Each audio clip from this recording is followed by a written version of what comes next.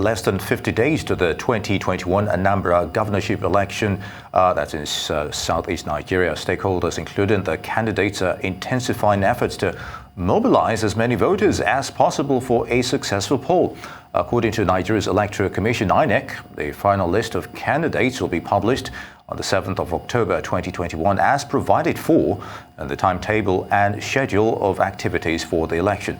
And joining us now to discuss this and more issues surrounding the Anambra election is the Zenith Labour Party governorship candidate, OBIORA OKONKWO. It's good to have you with us. Now, I would like your impressions about the build-up towards Anambra gubernatorial polls for November 6th. We've had series of party primary mishaps, court rulings on candidates' validity, and some elements of mistrust and, of course, mass exodus from one party to another. So what are your thoughts on this?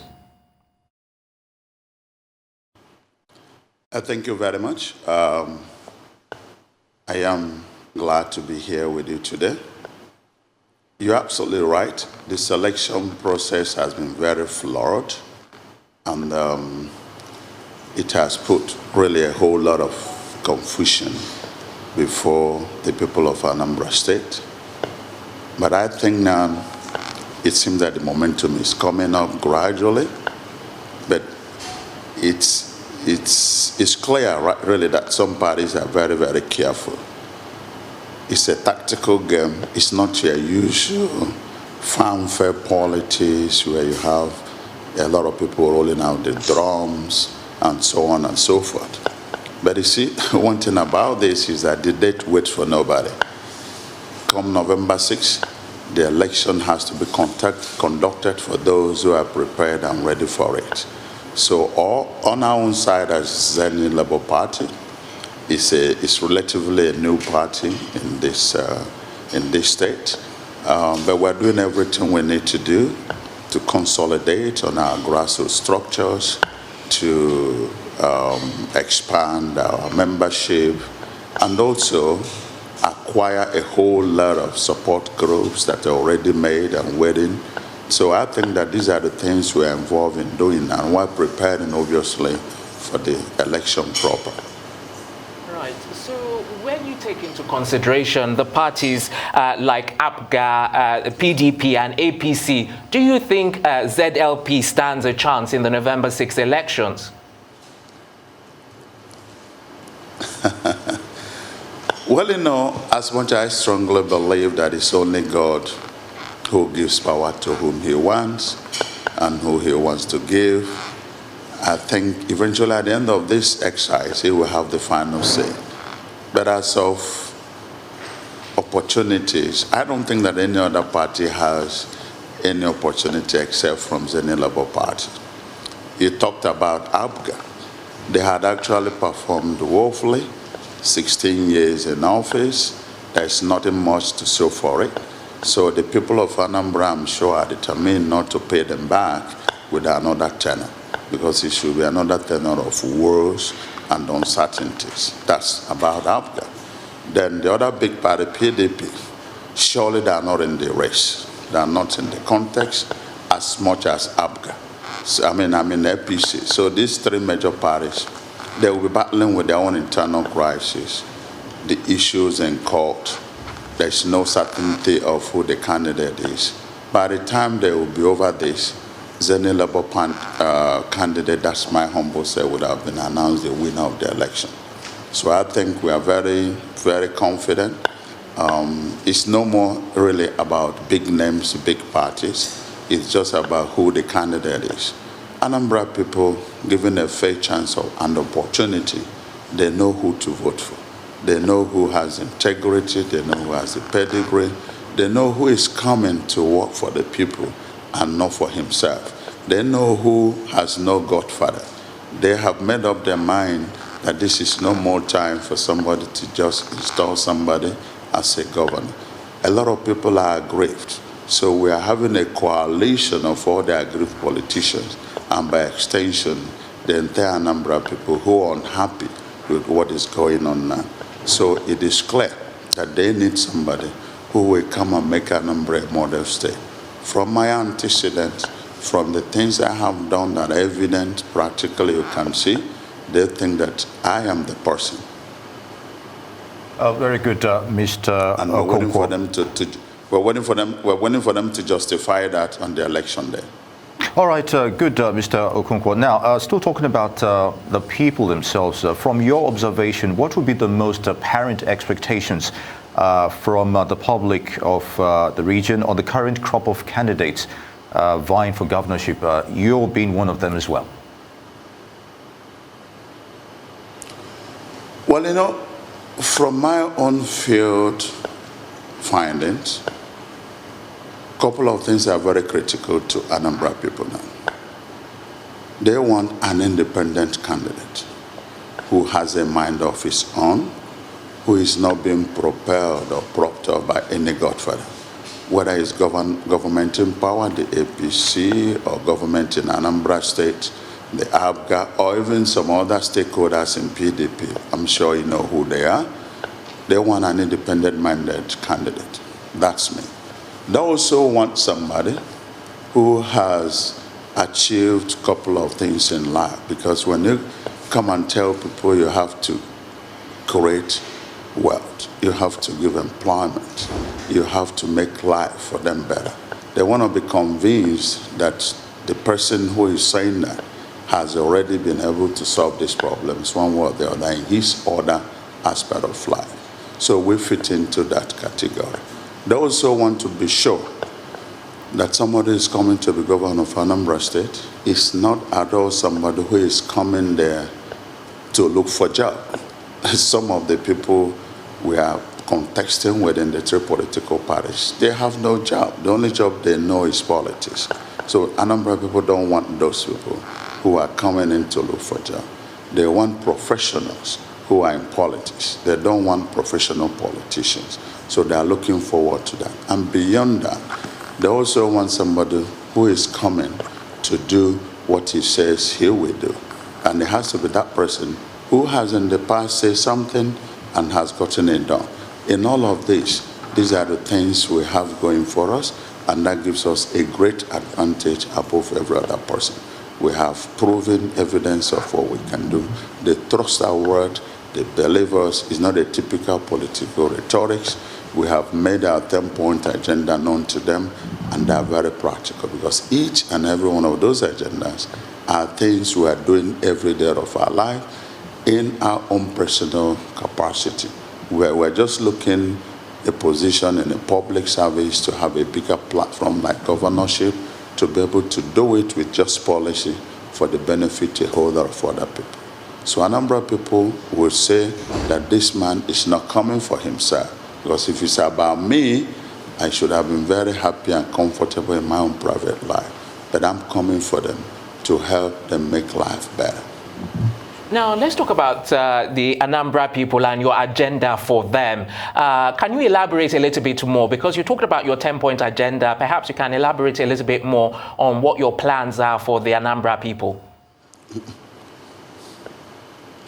Yes, we have a people-oriented, well-thought, practical, common sense 10-point agenda, which will take Anambra people from where we are now to a greater future and an ideal state.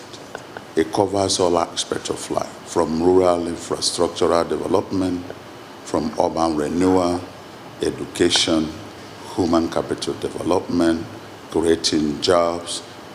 Our ethical infrastructure is very broken and down. We have to come with value orientation. And obviously, we're going to dwell a whole lot more on engagements with our diasporans. That's why we say we are setting up a special ministry for diasporan engagements. We're going to be emphatic on human capital development. We're going to review our education curriculum. We're going to introduce a whole lot of other technical education that will enable anybody who has gone into secondary school coming out of it with not only certificate, but a practical knowledge of one thing or the other that can make him make a better life.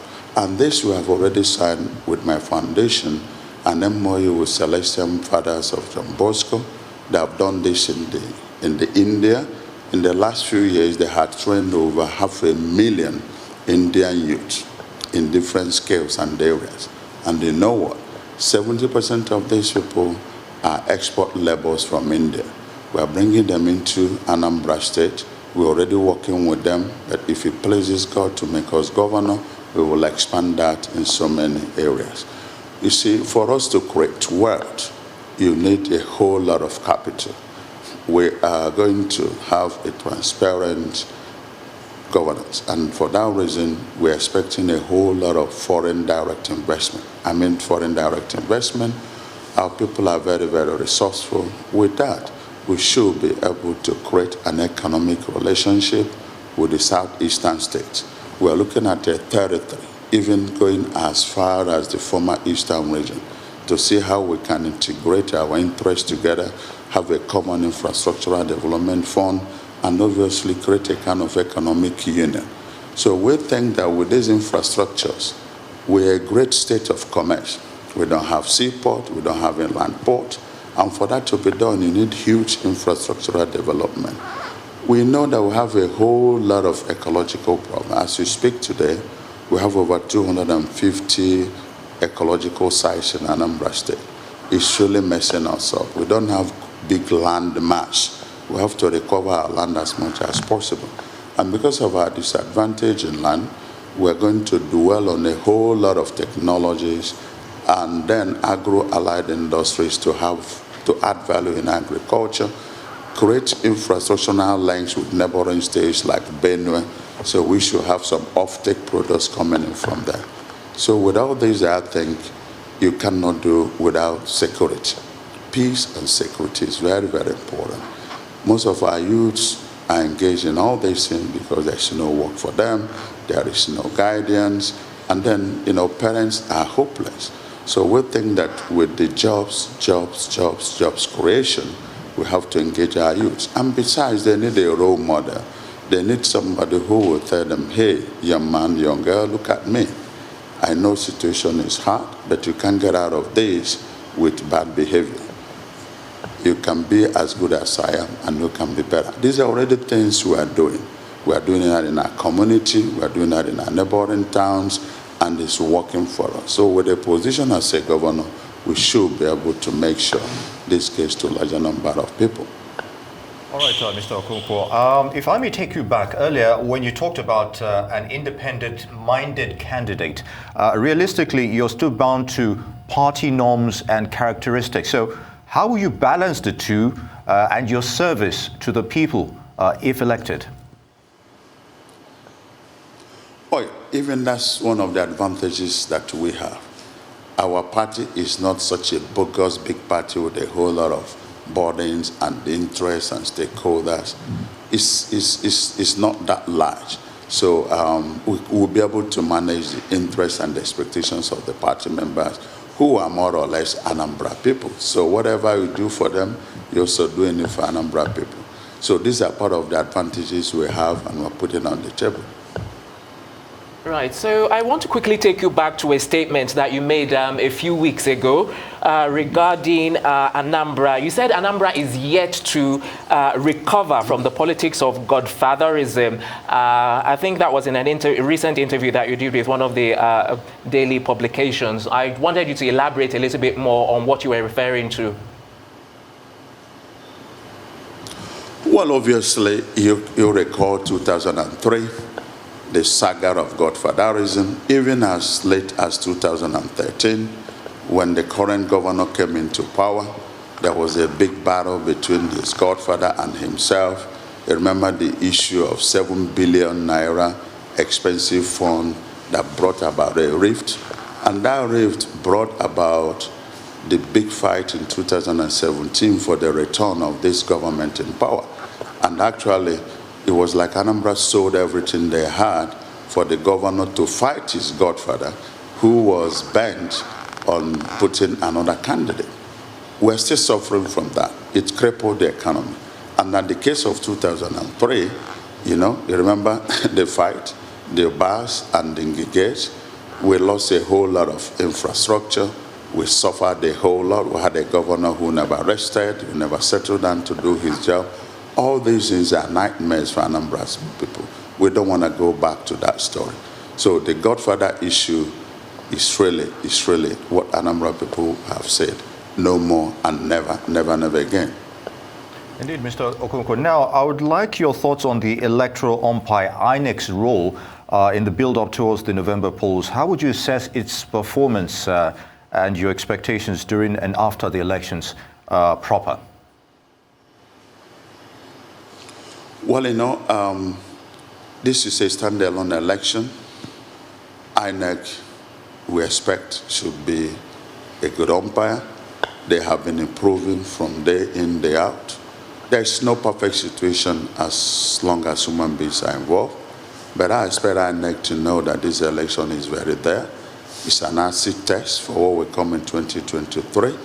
They should do everything possible to do what is right, give us free and fair election that a number of people chose who their leader would be.